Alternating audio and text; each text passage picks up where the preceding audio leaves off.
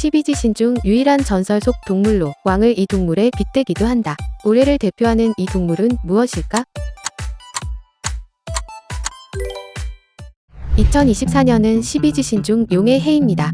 쥐, 소, 호랑이, 토끼 등 12지신 12동물 중 용은 유일하게 실제로 존재하지 않는 전설 속 동물이에요. 그렇지만 용과 관련한 전설과 신화는 동북아시아, 중동, 유럽 등 여러 지역에서 나타나요.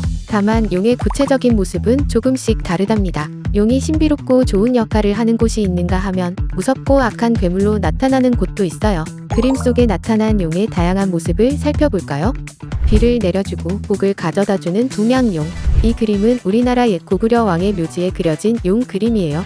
용은 뱀처럼 긴 몸에 날개와 다리가 달렸고 큰 눈과 두 뿔도 지니고 있네요. 길쭉한 몸통을 부비치며 하늘로 훨훨 날아가는 힘찬 기운이 느껴지지요. 이 용은 왕을 지키는 4가지 동물신을 그린 사신도 중 하나입니다.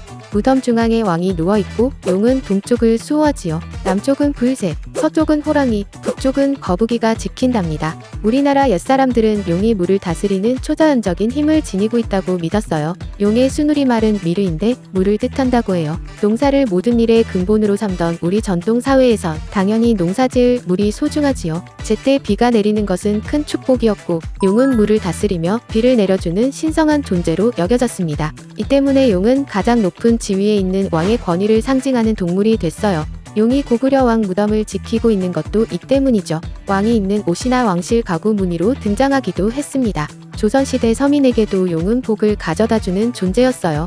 여기서 용은 시험에 합격하고 높은 자리에 올라 이름을 날리고 모든 일이 잘 풀리기를 기원하는 길상의 이미지였답니다. 19세기에 그려진 민화예요. 구름 속을 노니는 용을 그렸죠. 이런 용 그림을 출세와 행운을 기원하며 친지들에게 선물하기도 했고 또 호랑이 그림과 더불어 새해 첫 달에 문 앞에 붙여놓아 액막이 용도로도 사용했습니다. 각종 재앙이 집에 문틈으로 슬며시 들어오려고 넘보다가 문 앞을 지키는 용과 호랑이를 보고 놀라서 도망가 버리는 거죠. 지금의 중동 지역에 있던 고대 왕조 바빌로니아에서도 용은 도시를 수호하는 동물이었어요. 이 그림은 기원전 6세기쯤 세워진 이슈타르 문에 새겨져 있고 고대 메소포타미아 신화에 등장하는 무슈슈의 모습입니다. 고대 바빌로니아 사람들은 용 이미지를 소, 사자 이미지와 함께 도시의 진입구에 새겨 넣어 바빌론시를 지키게 했답니다.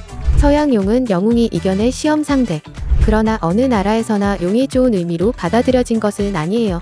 용은 유럽에서 중세를 배경으로 한 동화 속에도 등장합니다.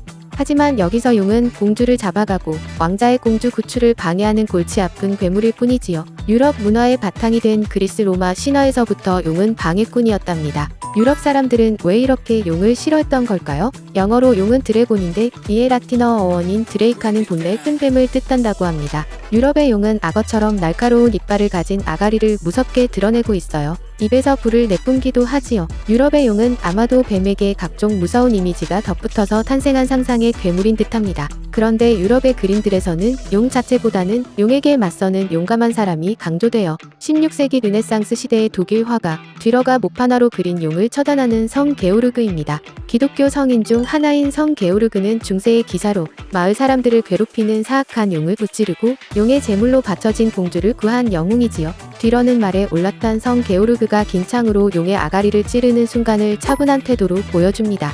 다른 그림과 비교해보면 17세기 바로크 시대에 벨기에 화가 루벤스가 그린 그림 용과 싸우는 성 게오르그는 한결 긴장감을 주는 장면입니다. 루벤스는 용이 만만치 않은 괴물이고 그래서 싸움이 거칠고 격렬했다는 데 초점을 맞춥니다. 이처럼 용이 나타내는 의미는 타고난 것이 아니라 지역마다 조금씩 달라요.